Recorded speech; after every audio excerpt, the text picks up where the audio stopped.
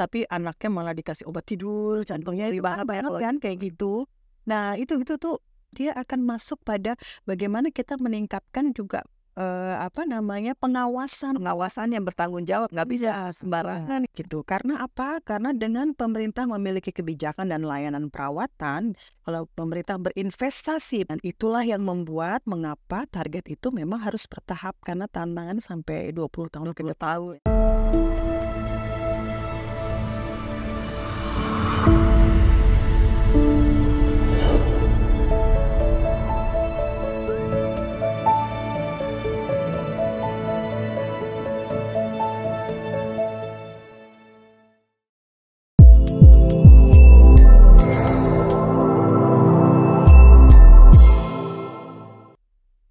Dan representasi disuarakan oleh baik pekerjanya atau mereka yang mungkin bekerja dengan tanggung jawab keluarga, disuarakan sebagai inilah bagian dari ketenaga kerjaan ya.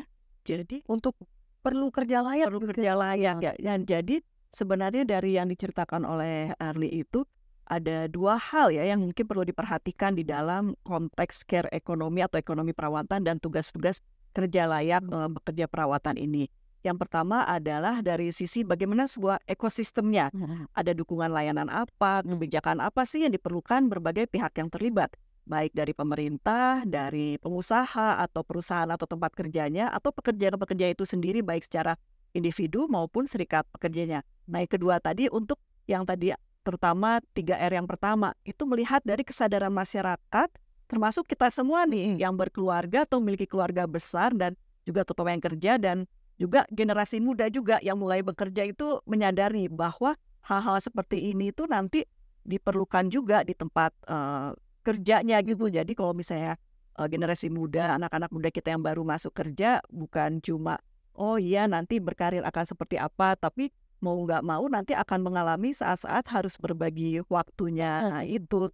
Nah mungkin Arli bisa cerita untuk melakukan dua hal ini yang dikerjakan oleh ILO ini apa ya, baik kepada yang tadi ekosistem, kepada pemerintah pendekatannya seperti apa, atau juga informasi kepada masyarakat seperti apa, karena kayaknya belum banyak yang tahu nih, atau kayaknya isu ibu-ibu aja nih, kan ternyata ya isu semua orang juga kali ya. Ya. Jadi yang jelas kalau dari sisi ILO kita pernah lakukan survei gitu untuk tentang bagaimana persepsi publik untuk ekonomi perawatan Indonesia dan hasilnya cukup menarik karena tadi ya beberapa poin-poinnya adalah banyak beberapa pekerjaan perawatan yang paling mudah dikenali ternyata memang mengurus anak ya, orang langsung tahu ya itu beberapa temuan selanjutnya ternyata memang pekerjaan perawatan rata-rata diasosiasikan dengan perempuan.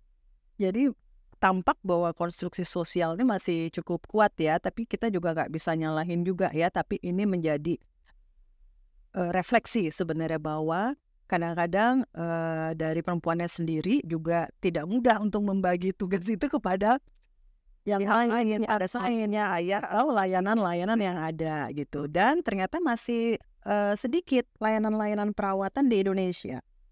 Oh, jadi angka awalnya tadi adalah melakukan survei dan mengetahui datanya itu gimana verifikasi ada nggak sih layanan yang ada, jadi kebutuhannya seperti apa, layanan seperti apa, itu ILO melakukan dataan awal dulu ya, sehingga bisa bikin program. Iya, dan itu juga menjadi dasar kita juga berkoordinasi dengan kuncinya di Kementerian Pemberdayaan Perempuan. Jadi ILO juga mensupport negara karena pemerintah Indonesia sudah concern dengan ekonomi perawatan karena Indonesia pada waktu itu menjadi tuan rumah untuk G20 kan. Dan disitulah pemerintah Indonesia sebenarnya leading pada anggota-anggota G20 untuk menekankan bahwa ekonomi perawatan ini penting. Dan itulah yang membuat ILO juga mensupport Kementerian Pemberdayaan Perempuan untuk menyusun peta jalan ekonomi perawatan. Oh, peta jalan ekonomi perawatan itu sudah disusun ya? Iya, jadi rekan-rekan kita dari Kementerian Pemberdayaan Perempuan yang justru memiliki inisiatif. Jadi ILO sifatnya mendukung Kementerian Pemberdayaan Perempuan untuk mendevelop peta jalan ekonomi perawatan dari 2025 sampai 2045. Karena kita tahu ya, harus di awal ini bukan pekerjaan pendek ya, ini pekerjaan jangka panjang gitu kan.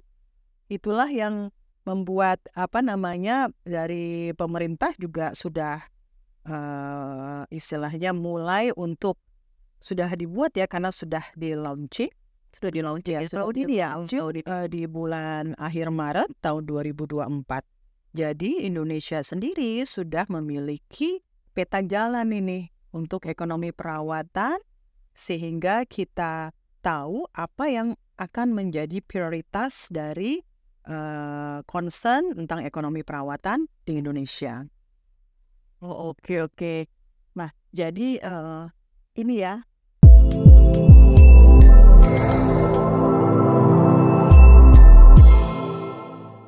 Buku peta jalannya sudah ada nih tentang peta jalan dan rencana aksi nasional ekonomi perawatan untuk dunia kerja yang transformatif, setara, dan adil gender. Nah, kan disebut peta jalan tuh roadmap ya. Kalau peta kan dari satu titik menuju titik lainnya. Nah, ini harapannya dengan peta jalan ini akan menuju kemana sih harapannya gitu, apanya kan ya? Ya, jadi dari peta jalan ini yang menariknya itu adalah ada 7 prioritas yang telah disepakati untuk peta jalan ekonomi perawatan. Ya, 7 prioritas itu mencakup: 1, untuk akses perawatan anak, ya, atau child care yang berkualitas.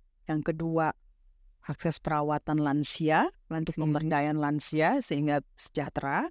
Yang ketiga itu pelayanan perawatan yang komprehensif, yang inklusif, baik untuk disability dan kelompok rentan lain, gitu ya. Terus yang keempat itu akses untuk maternity, Melahirkan ya, maternitas. jadi cuti melahirkan atau cuti maternitas. Dan yang kelima juga untuk bagaimana mendorong untuk paternity leave-nya, bagaimana meningkatkan peran laki-laki dalam melakukan tugas-tugas perawatan. Dan untuk kesejahteraan keluarganya dia ya penting, kan cuma menambah beban ke laki-laki, tapi untuk Betul. Ya. Prioritas yang keenam itu adalah pengakuan atau rekognisi dan perlindungan pada pekerja perawatannya sendiri.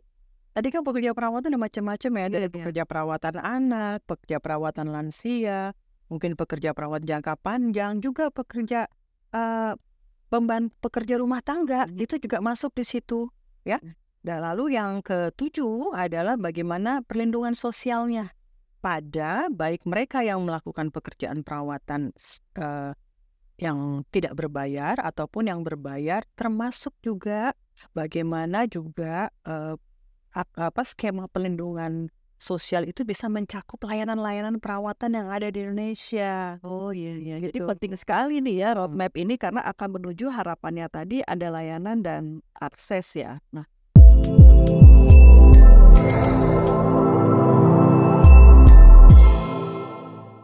kalau tadi di awal kan kita udah ngobrol-ngobrol tentang mencakup mengurus anak, lansia, peran laki-laki juga. Nah, dari yang ketujuh ini mungkin saya ingin menanyakan tentang yang kerja layak untuk care workers itu. Apa sih yang dimaksud kerja layak itu? Apakah juga sama dengan kerja layak untuk pekerjaan-pekerjaan lainnya, atau apa sih yang diperlukan, yang perlu kita perhatikan supaya kita lebih suatu kondisi yang decent work ya? Jadi kita karena care worker ya, tadi Reti pertanyaannya kepada care worker, artinya mereka yang berperan pada pekerja perawatan. Pekerja perawatan kan tadi udah beragam ya. Iya. Ada pekerja perawatan anak, pekerja perawatan lansia gitu kan. Nah, kuncinya adalah bagaimana kita penting untuk mengakui pekerja perawatan ini sebagai sebuah pekerjaan. Jadi sebagai sebuah pekerjaan. Jadi membuat kita perlu mulai dari mungkin sertifikasinya. Sertifikasi pekerja perawatan anak, pekerja perawatan lansia, atau pekerja perawatan. Penting untuk ada basis sertifikasinya, karena kan ada kompetensi yang diperlukan. Jadi kalau kita mau minta tolong orang atau meng-hire gitu tenaga ahli situ, sudah ada sertifikasinya, bukan hanya karena ini kata si ini nih bagus, tapi dicek ada sertifikasi, memang terbukti terampil dan bertanggung jawab. Karena terutama untuk urusan anak ya, kita ada agak deg-degan, enggak nih, bagaimana dia bisa menjaga kesehatan atau keamanan, enggak, itu gunanya sertifikasi. Dan kondisi kerja layak tadi ya. Iya, memang secara bertahap. Yang kedua, juga itu kalau kita sudah ada sertifikasi, itu akan meningkatkan bagaimana rekognisi dia sebagai pekerja. Artinya itu akan membuat kalau orang yang kompeten, tentunya dia akan memiliki mungkin gajinya jadi lebih baik. Iya, iya. Kalau biasanya misalnya ternyata nggak sampai UMR, mungkin dengan kompetensi tertentu, akhirnya dia paling tidak mendekati UMR dulu bertahap ya, mendekati mungkin, atau yang tadinya misalnya untuk biasanya karena biasanya tetangga yang memberikan, tapi kalau misalkan akhirnya yang individu tersebut punya basic training, bisa akses untuk beberapa pelatihan yang spesifik, tentunya lebih berkualitas. Betul. Dan kita tidak akan menghadapi misalnya ternyata ada pekerja yang mengurus anak tapi anaknya malah dikasih obat tidur, jantungnya itu kan banyak kan kayak gitu. Nah itu tuh tetapi terjadi karena apa? Karena kalau kita sudah meningkatkan kompetensinya dan diakui sebagai pekerjaan, dia akan masuk pada bagaimana kita meningkatkan juga pengawasan yang bertanggung jawab. Nggak bisa sembarangan itu pekerja-pekerja perawatan melakukan tugas. Iya, dan dia juga mungkin dari sisi upahnya juga bisa ditingkatkan dan perlindungan sosial dia juga jadi lebih baik. Betul.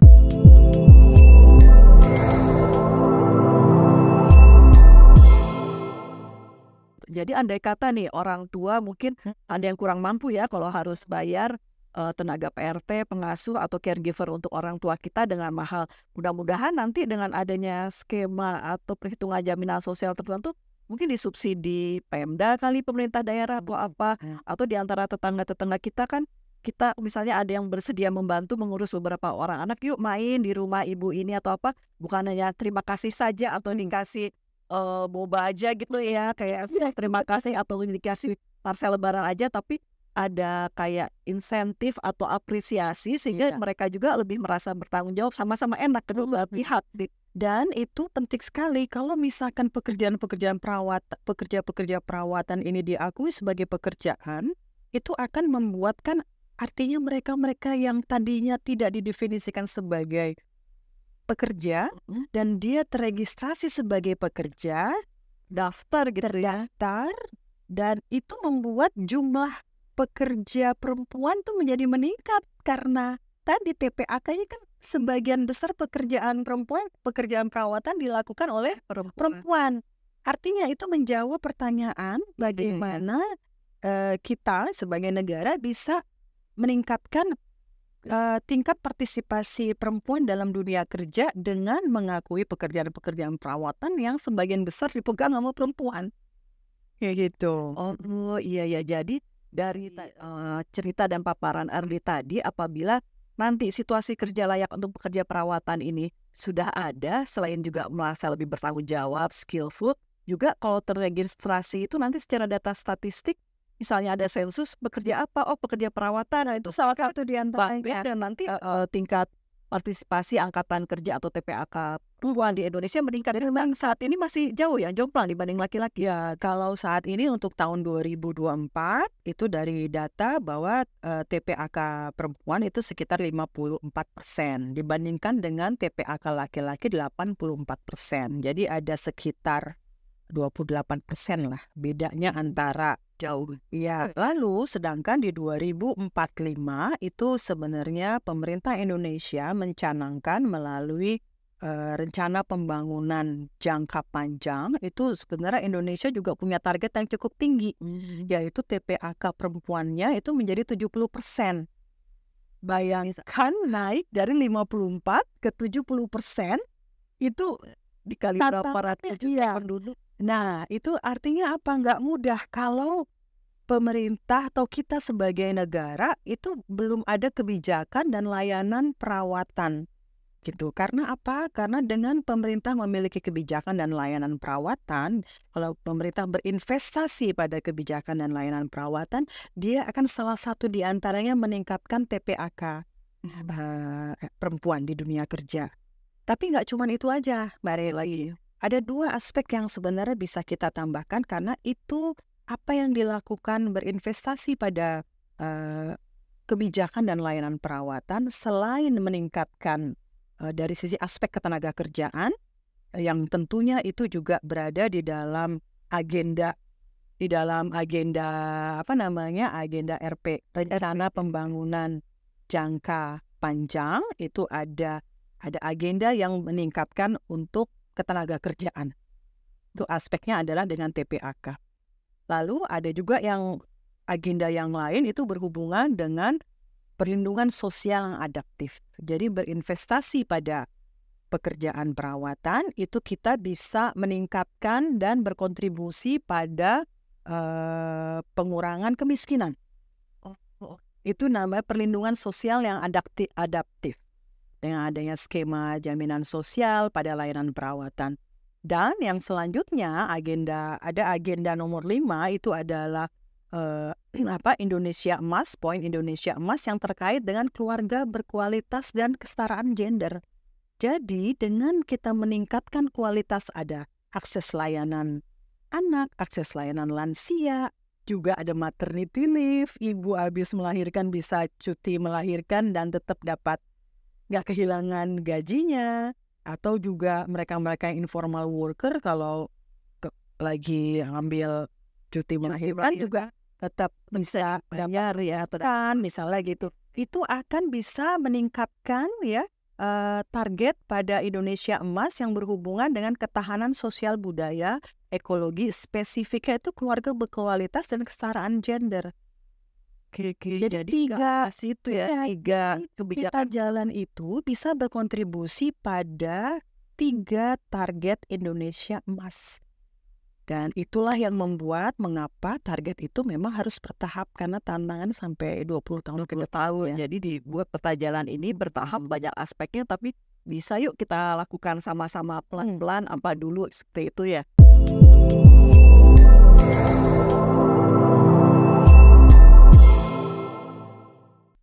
Jadi dari paparan tersebut dalam kebijakannya juga ada arahannya, tapi ada peluang juga bahwa care ekonomi ini menjadi suatu sektor industri atau sektor kerja lah ya, bahwa ada peluang in the future of work-nya ya, termasuk future of work, ada peluang yang bekerja di situ tuh bisa menjadi pekerjaan juga, apalagi kalau ada pelatihan skills dan lainnya.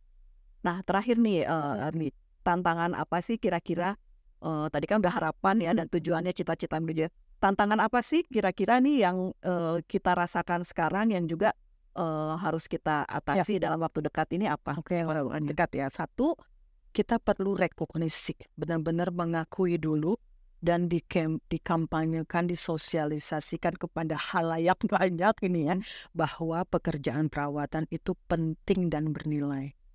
Bahwa dia bernilai. Dia bisa berkontribusi pada kesejahteraan individu nih kalau kita sebagai pekerjanya, dan juga keluarga. Gitu, dia bisa berkontribusi pada kondisi ekonomi kita dan juga berkontribusi pada negara, pemasukan negara secara umum. Jadi perlu terus sosialisasikan ya, harus diakui gitu ya, dikenali isu ini. Jadi bukan berarti di Indonesia nggak ada layanan perawatan anak, daycare ada, layanan perawatan lansia ada, terus tetapi tadi pekerja perawatan ada, tetapi belum diakui semua. Nah itulah kuncinya, penting untuk bisa melihat ekonomi perawatannya secara komprehensif. Tapi kalau kita mulai dari mana? Kita mulailah dari diri sendiri. Kalau di keluarga, kita ngakui bahwa pekerjaan perawatan itu penting. Kalau nggak bisa dibantu orang lain, paling tidak kita istirahat nih. Iya. Jadi kalau kita punya PRT di rumah juga, kalau belum bisa menggaji PRT dengan UMR, paling tidak berilah dia hari libur. Berilah waktu dia istirahat. Itu bagian dari mengurangi dan menghargai dia sebagai pekerja perawatan, dan kita mengakui bahwa pekerjaan perawatan penting dan dia pun harus istirahat. Itu contoh yang sederhana. Jadi tantangan dalam waktu dekatnya itu adalah bagaimana kita bersama-sama mengakui dan memberikan dari lingkungan terdekat kita sendiri. Apresiasi terhadap kita sendiri masing-masing yuk yang sudah melakukan tugas perawatan, terutama yang perempuan, untuk mengakui bahwa kalian hebat dan juga sudah melakukan berkontribusi terhadap kesejahteraan keluarga, mungkin keluarga kecilnya atau kepada keluarga besarnya, adik kakak keponakan atau lingkungan tetangga sekitarnya. Itu adalah untuk rekognisi dan terus yuk kita sosialisasikan, kita ajak juga rekan-rekan kita semuanya untuk mengenali ekonomi perawatan secara istilah, tapi juga kerja-kerja perawatan terutama yang tak berbayar tadi, bahwa merawat pun bekerja, merawat juga bekerja loh. Nah itu, jadi kita semua ya rekan-rekan bersama-sama nih sebagai pekerja dengan tanggung jawab keluarga untuk memperkuat dukungan dan layanan bagi tugas-tugas perawatan ya. Mungkin ada pesan terakhir dari Kak Erli? Tadi karena kita sudah mulai dari diri sendiri gitu, mulailah dari diri sendiri untuk mengenalkan atau mengaplikasikan pentingnya pekerja perawatan. Gitu. Penting ya untuk memaplikasikan. Aduh terima kasih banyak Kak Erli sharingnya, jadi terbuka nih wawasan saya dan wawasan atau informasi bagi rekan-rekan juga supaya ngobrol-ngobrol ini makin pintar, ngobrol pintar. Jadi kita tahu ekonomi perawatan itu apa, sepertinya rumit tapi ternyata relate banget gitu dengan kita semua ya. Dan selanjutnya yuk kita ikutin terus podcast kita ini, Ngopi Care, ngobrol pintar care ekonomi, karena akan terus dibahas apa saja sih yang ada di dalam isu ekonomi perawatan ini. Ada 7 hal yang nanti akan kita bahas di dalam episode-episode selanjutnya. Baik, terima kasih Kak Erli dan terima kasih rekan-rekan semua untuk ngobrol-ngobrolnya. Sampai ketemu lagi.